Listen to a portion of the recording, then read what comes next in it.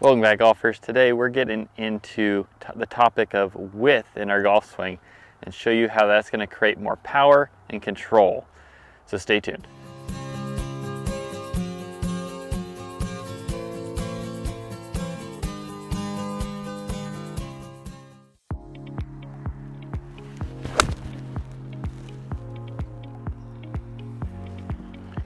So width is an important topic because without width, it's hard to create lag on the downswing. It's hard to keep your energy stored up in your shaft, which is the main purpose of the golf swing, to make it easier. And it's harder to release the hands quieter through the impact zone without good width. So in my last video I posted, it was about backswing sequence. And the backswing sequence has very much to do with width in the backswing and how we want to get it there. So if you haven't watched that, check it out. I'll put it up in the corner. Great one to watch, really good one to work on. And that's all talking about what moves first in the backswing so that we can get into a position where we can create width. So we can't fully understand width without also understanding balance point. So your balance point in your body is right in your middle of your arches, sitting right there. So when we set up, we want to feel that nice center of balance, that nice distribution of weight back and forward through our setup. We want to maintain that through our whole swing. It doesn't only affect what you're feeling in your feet, it also affects what's happening in your hands as well. So for a lot of golfers, they try to reach way back here to try to get as much power as they can. You can see how tight that is in the right arm, my trail arm. And when they do that, they take their hand position and they pull it behind the balance point.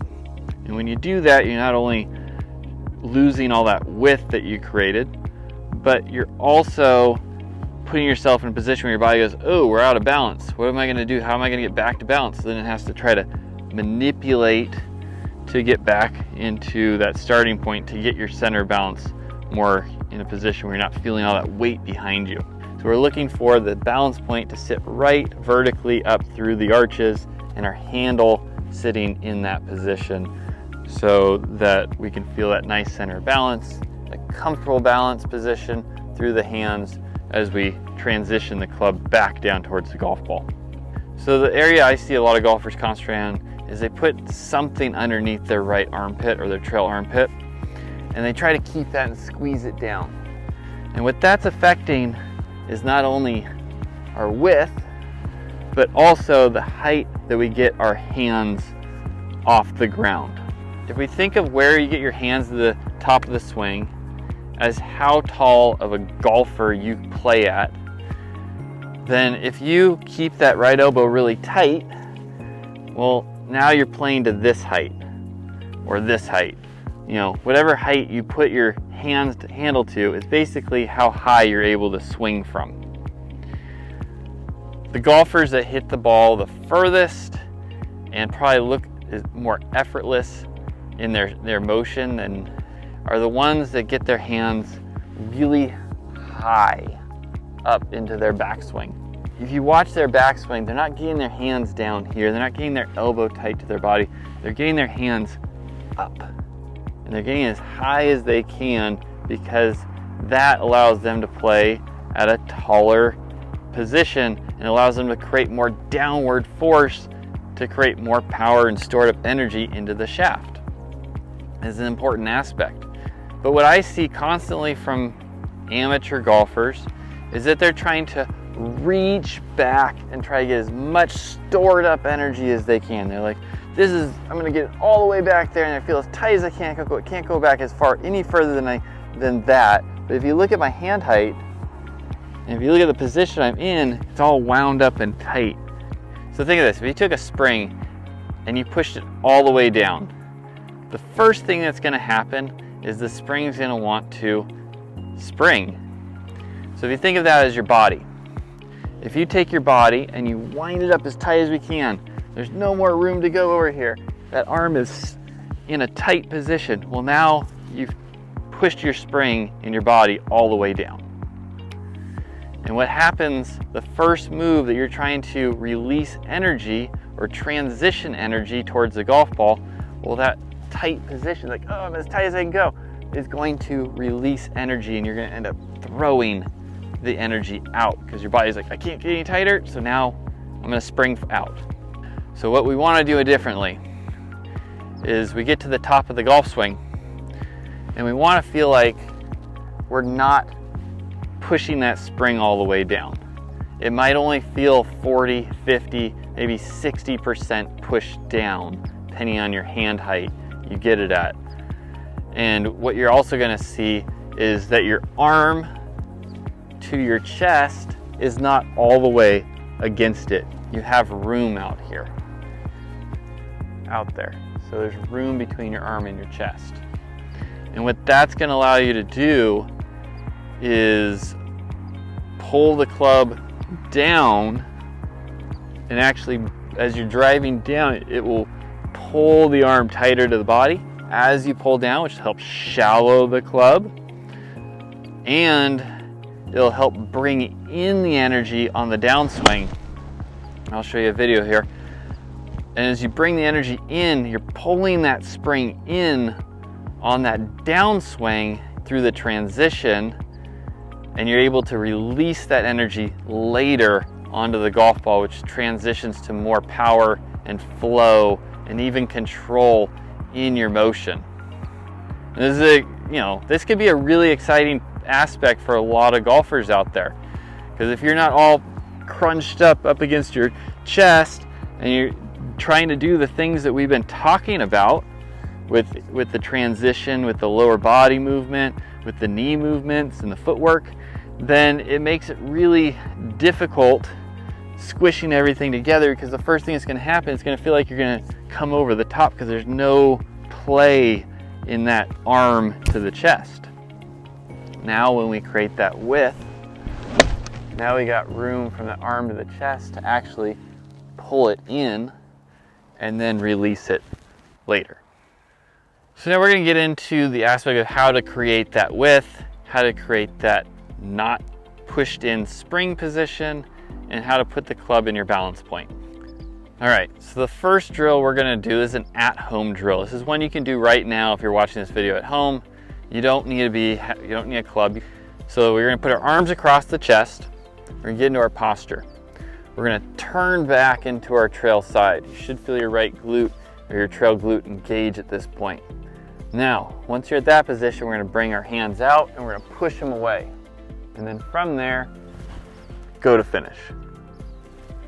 So the movement will be back, out, through. Back, out, through. And you can see when I'm doing that, I'm creating width and hopefully some nice hand height, and drive on through. So you can do this drill 20 to 40 times, depending on how much you need to work on it. The main idea, it helps get the sequencing of the body, number one, so we can start getting that turn coming from the body rather than from the hands, which we talked about last video of backswing sequence. So we want to get that body to start turning first and get a good turn, press the hands out, and then swing.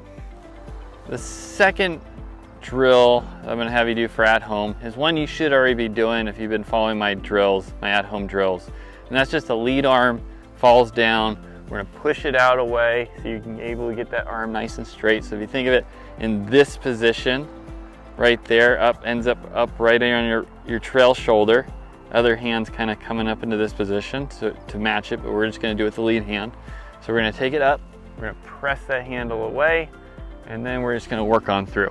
And it's just back and forth. You don't need a club to do this. You can do it with a club, but it's really good to work without the weight and without that ball in front of you. Left arm just out and through. And in my at-home drills, you'll see I do this with a 2 or 3 pound hand weight. Water bottle works fine too. Just do whatever weight you can use to make sure it's light enough that you can create that width, and then build it up over time so you can build that strength through those muscles in the lead side, which is typically our weaker side, so that you can create strength, so you can put your body into that position where it's out and creating width and out in front. So the next drill we're going to do is a series of movements. So the first part of this, the first step, is we're going to put the club in our trail hand. We're going to put our hand down onto the grip where it normally would sit.